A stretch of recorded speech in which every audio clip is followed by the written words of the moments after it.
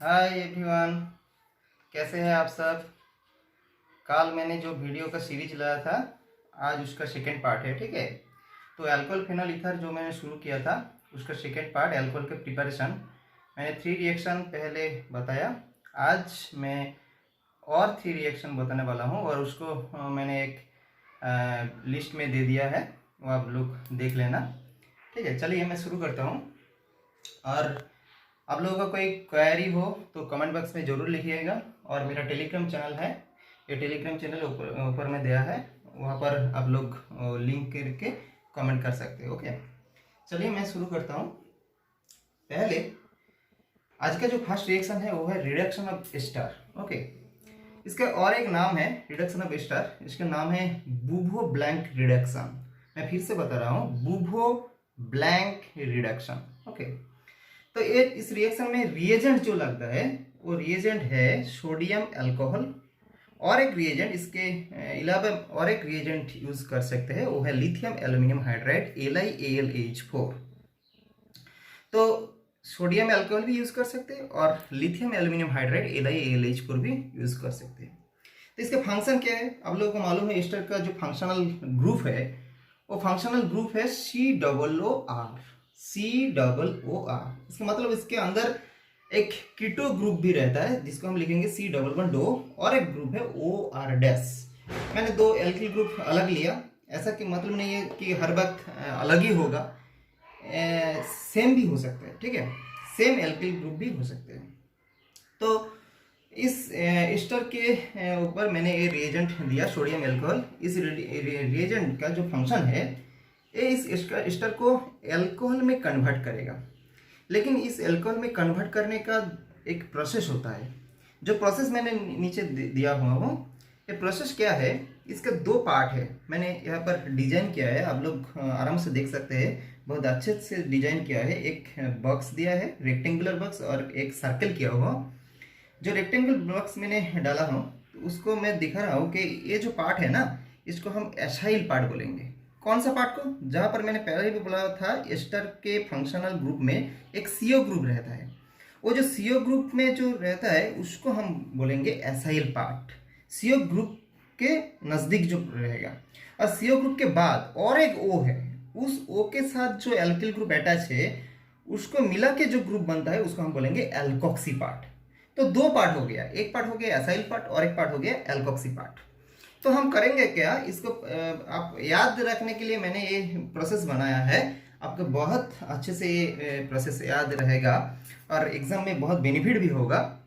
इसको आप 2 पार्ट में डिवाइड कर दीजिए। ठीक है, कैसे पार्ट में डिवाइड कर, जो रेक्टेंगल पार्ट है और जो सर्कल पार्ट है जहाँ पर मिला हुआ है वो जो बॉन्ड है ना, उस बॉन्ड पे आप उसको डिवाइड कर दीजिए। मैं एग्जाम्पल भी दिखाया हूँ, बहुत एग्जाम्पल देखा है, आपको बहुत आराम से इसको समझ में आएगा। तो ये डिवाइड करने के बाद 2 पार्ट निकलता है, एक पार्ट CO के बाद और एक पार्ट O के बाद। वो डिवाइड करके मैं प्लस करके 2 लिखा हूँ, एक R बॉन्ड C, पहले आप लिख दीजिए ऐसा कि R बॉन्ड C, यहाँ पर लिख दीजिए R बॉन्ड C। और उस तरफ से मीन्स एल्कोक्सी जो पार्ट होगा उस पार्ट के है R-O, बस R-O। अब क्या करना है सुनिए, आप बहुत अच्छे तरीके से सुनिए और वीडियो को पॉज करके बार बार देखिए। मैं बता रहा हूँ, वीडियो को पॉज करके बार बार देखिए तो आपको आराम से समझ में आएगा और जो मैं डिजाइन किया हुआ आपको समझ में बहुत आसान होगा। तो क्या है, आप डिवाइड करने के बाद ये जो एसाइल पार्ट के जो कार्बन है उस कार्बन के साथ 2 हाइड्रोजन अटैच होगा। और CO बॉन्ड जो पाई बॉन्ड था, मैं कार्बोनिल के रिडक्शन के टाइम पे भी बता रहा था कि ये जो पाई बॉन्ड है वो पाई बॉन्ड सिंगल बॉन्ड हो जाएगा। इसका मतलब है डबल बॉन्ड सिंगल बॉन्ड हो जाएगा, तो डबल बॉन्ड सिंगल बॉन्ड कर दिया और उस O के साथ एक हाइड्रोजन अटैच हो जाएगा। ठीक है, उस O के साथ एक हाइड्रोजन अटैच हो जाएगा और कार्बन के साथ 2 हाइड्रोजन अटैच होगा। तो रूल क्या हुआ, एसाइल पार्ट में कार्बन के साथ 2 हाइड्रोजन आएगा और CO जो पार्ट है वो डबल बॉन्ड सिंगल बॉन्ड हो जाएगा और सिंगल बॉन्ड होने के बाद उस ऑक्सीजन के साथ एक हाइड्रोजन अटैच होगा। और एल्कोक्सी जो पार्ट है उस एल्कोक्सी पार्ट में ऑक्सीजन के साथ एक हाइड्रोजन अटैच होगा। तो इसका मतलब क्या निकल के आया, इसका मतलब हुआ ये कि एसाइल पार्ट हर वक्त 1 डिग्री होगा। ये आप याद रखिए, केमिस्ट्री में ना जितना एग्जाम्पल होता है उससे भी ज़्यादा एक्सेप्शनल होता है। ठीक है, आप सोच लीजिए कि 50% होता है, 50% एग्जाम्पल है तो 50% एक्सेप्शनल केस है। लेकिन कुछ रूल्स आपको याद रखना पड़ेगा, नहीं तो आप इतना रिएक्शन है, alcohol phenol ether, aldehyde ketone carboxylic acid, nitrogen containing compound and biomolecules, इतना रिएक्शन है, इसको आपको याद करने के लिए कुछ टेक्निक अपनाना पड़ेगा, नहीं तो बहुत तकलीफ होगा। वो जो टेक्निक है मैं वही बता रहा हूँ कि कोशिश कर रहा हूँ।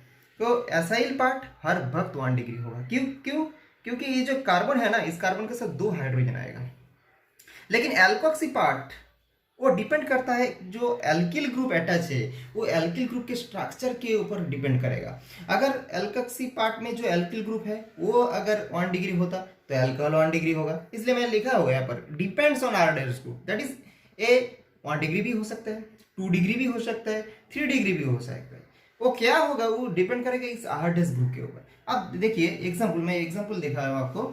फर्स्ट एग्जाम्पल मैंने जो दिखाया, देखिए एक एस्टर लिया CH3C++O2H5, और एक काम करेंगे आप लोग कि ये जो एस्टर का जो फॉर्मूला लिखा हो ना, उसके आप IUPAC नाम एक बार प्रैक्टिस कर लेना, ठीक है। मैं 11 का भी सीरीज लेकर आऊँगा, क्लास 11 स्टैंडर्ड का, तो वहाँ पर आप हेल्प पा सकते हैं कैसे IUPAC, अगर आप भूल गए, अगर याद है, जो लोग स्मार्ट बच्चे हैं जिसको याद है, आप लोग एक बार IUPAC प्रैक्टिस कर लेना, ठीक है। क्योंकि IUPAC नाम से ही कुछ वक्त क्वेश्चन आ जाता है, तो आप लोग को ऐसा फार्मूला नहीं देगा, नेम देगा IUPAC नेम, तो IUPAC नेम को आपको फार्मूला में कन्वर्ट करने पड़ेगा।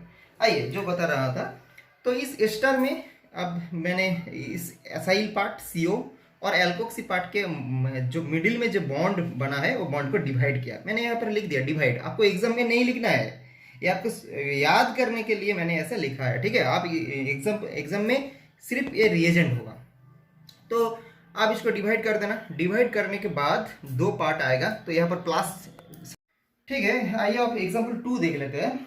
एग्जाम्पल 1 में हुआ क्या, एग्जाम्पल 1 में मैंने एसाइल और एल्कोक्सी पार्ट ऐसे सेट किया कि दोनों ही 1 डिग्री हो गया।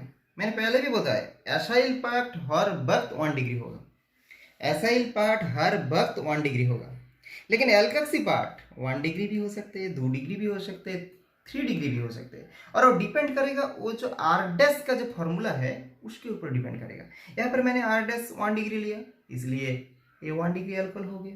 लेकिन अगर मैं एसाइल पार्ट तो 1 डिग्री होगा ही, अगर एल्कोक्सी पार्ट में जो एल्किल ग्रुप है, सुनिए अच्छे तरीके से सुनिए, अगर एल्कोक्सी पार्ट में जो एल्किल ग्रुप है, अगर वो एल्किल ग्रुप 3 डिग्री होता तो आपको 3 डिग्री एल्किल मिलता, ठीक है। तो आपका प्रोसेस नहीं भूलना है, प्रोसेस से डिवाइड कर देना पहले, डिवाइड करने के बाद उस कार्बन के साथ 2 हाइड्रोजन, और वहां पर ऑक्सीजन के साथ सिर्फ एक हाइड्रोजन लगाना है। इस एल्कोक्सी पार्ट में ऑक्सीजन के साथ सिर्फ एक हाइड्रोजन लगाना है, और एसाइल पार्ट में कार्बन के साथ 2 हाइड्रोजन और ऑक्सीजन के साथ 1 हाइड्रोजन। मैंने बहुत अच्छे तरीके से डिजाइन कर दिया, आप वीडियो को पॉज करके बार बार देख लीजिए, आपको समझ में आ जाएंगे। और फिर से भी आपको कोई प्रॉब्लम होता तो आप इस टेलीग्राम चैनल पे मुझे कमेंट कर सकते हो, और यूट्यूब के कमेंट बॉक्स में भी आप कमेंट कर सकते हैं, ठीक है।